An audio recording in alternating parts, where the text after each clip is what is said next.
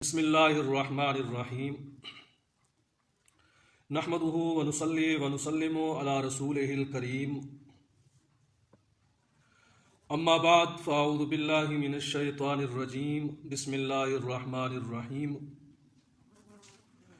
عن عمر بن الخطاب رضی اللہ تعالی عنہ قال قال رسول اللہ صلی اللہ علیہ وسلم انما الاعمال بالنیات او کما قال علیہ السلام صدق اللہ العظیم وصدق رسولہ النبی الصادق آج چہل حدیث میں سے پہلی حدیث کا میں تذکرہ کروں گا، فرما کہ اسکپ نہیں کرنا بلکہ میری ویڈیو کو پورا دیکھنا تاکہ بات سمجھ آ جائے۔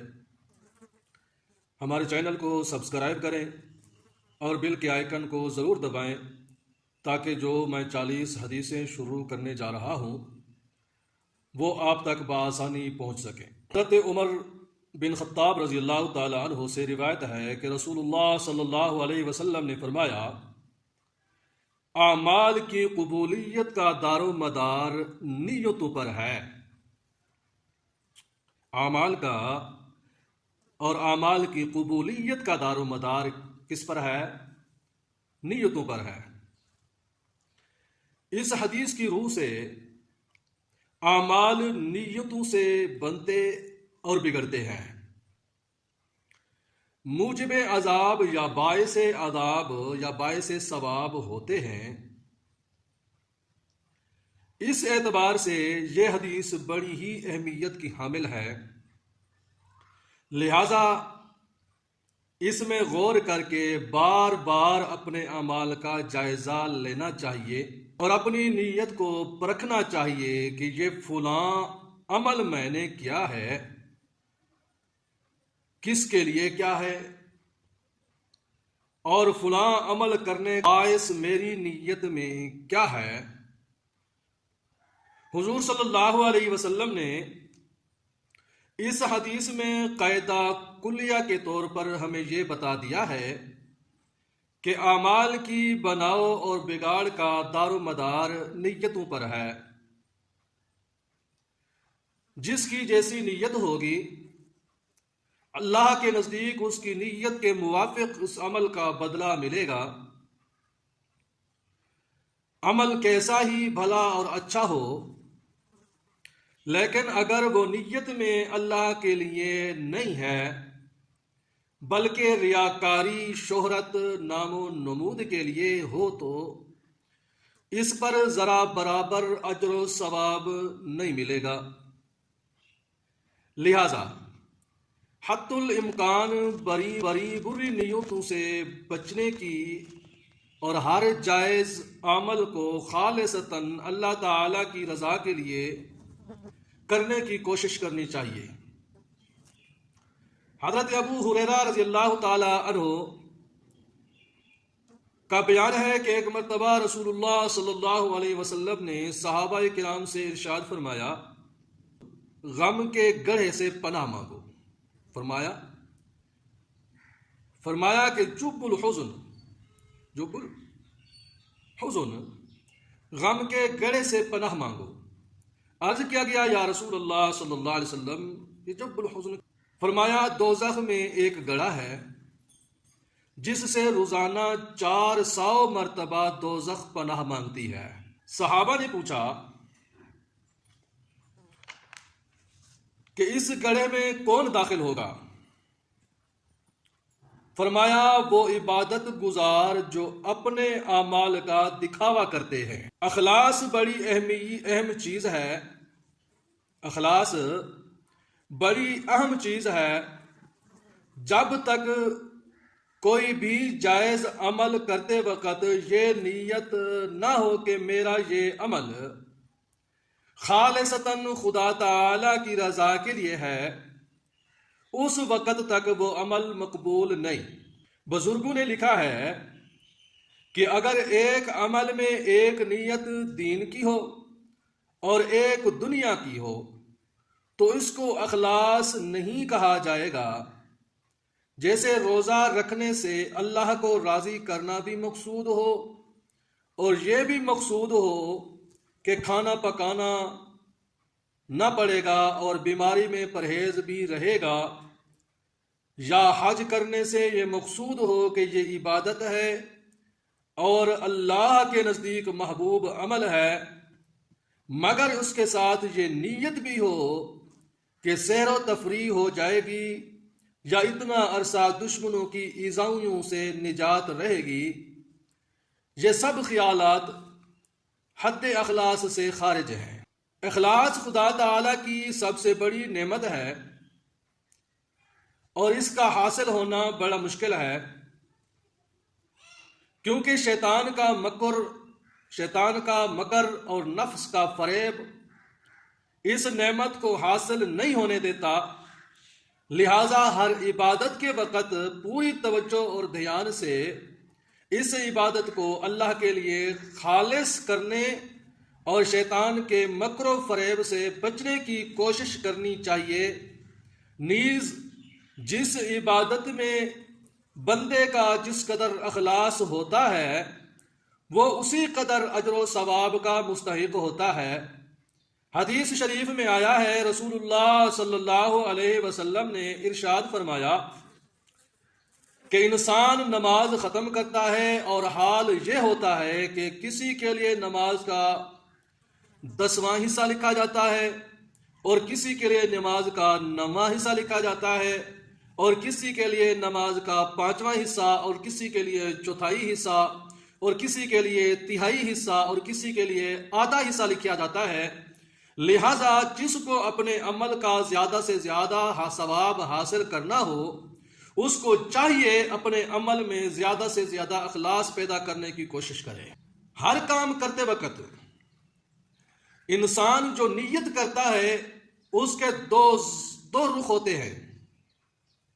پہلا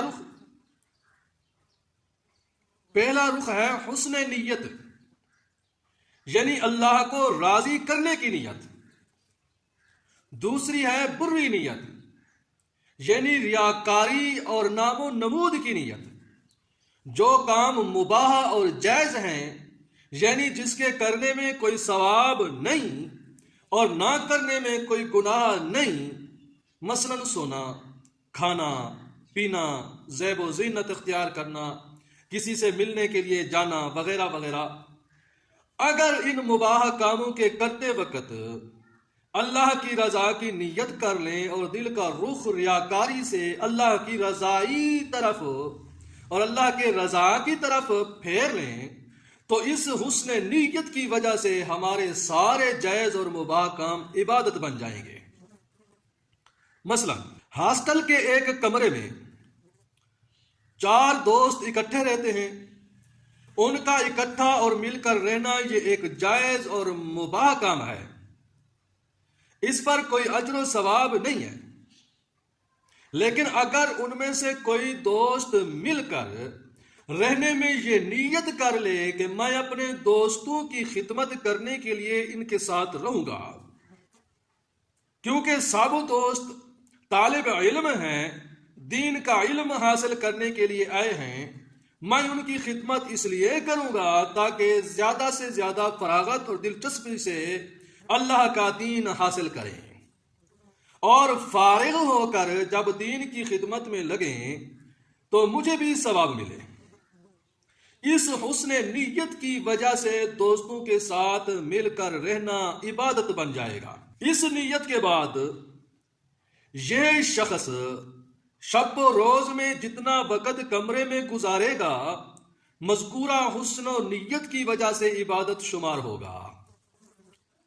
پھر اس نیت میں اللہ نے ہمارے لیے یہ سہولت بھی رکھی ہے کہ ایک مباح کام میں ایک وقت میں 1 سے زائد نیتیں بھی کر سکتے ہیں اور ہر اچھی نیت پر الگ ثواب دیا جاتا ہے۔ مثلا مذکورہ مثال میں پہلی نیت کے ساتھ اگر دوسری نیت بھی کر لی جائے کہ اگر میرے دوستوں میں سے کوئی بیمار ہوگا تو میں اس کی بیمار پرسی کروں گا، تو اس حسن نیت سے ایک اور اجر بڑھ جائے گا، کیونکہ بیمار کی بیمار پرسی کرنا اور اس کی عیادت کرنا یہ بھی عبادت ہے۔ اسی طرح اگر تیسری نیت یہ بھی کر لی جائے کہ ہم جو علم دین حاصل کریں گے اس کا آپس میں مذاکرہ کریں گے، جو مجھے سمجھ میں نہیں آئے گا وہ میں اپنے دوستوں سے سمجھوں گا، اور جو ان کو سمجھ میں نہیں آئے گا اور میں ان کو سمجھاؤں گا وہ میں ان کو سمجھاؤں گا، تو اس حسن نیت سے ایک اجر اور بڑھ جائے گا، کیونکہ دین کی باتوں کا مذاکرہ اور سمجھانا بھی عبادت ہے۔ اسی طرح اگر چوتھی نیت یہ بھی کر لی جائے کہ یہ سب دین کے طالب علم اور نیک لوگ ہیں، میں ان کے ساتھ مل کر رہوں گا تو مجھے نیک لوگوں کی صحبت میسر آئے گی، کہ نیک صحبت میں رہنے سے مجھے فائدہ ہوگا، تو اس حسن نیت کا الگ ثواب ملے گا۔ اسی طرح سوچ کر اگر 50 اچھی نیتیں بھی کر لی جائیں تو ہر نیت پر الگ الگ ثواب دیا جائے گا، لہذا ہر مباح کام کے ساتھ حسن نیت کا اہتمام کرنا چاہیے، نیز سوچ کر زیادہ سے زیادہ اچھی نیتیں کرنے کی کوشش کرنی چاہیے، تاکہ ایک ہی عمل سے ایک وقت میں متعدد اچھی نیتوں کی بنا پر بہت سے ثواب حاصل کیے جا سکیں۔ نیت کا دوسرا رخ یہ ہے کہ اگر کسی عبادت کے وقت خدا نخواستہ بری نیت کر لی جائے تو عبادت بھی گناہ بن جاتی ہے۔ مثلا نفلی نماز پڑھتے وقت یہ نیت کر لی جائے کہ لوگ مجھے عابد زاہد کہیں گے، یا حج اس نیت سے کیا جائے کہ لوگ مجھے حاجی اور الحاج کہیں گے، تو ان دونوں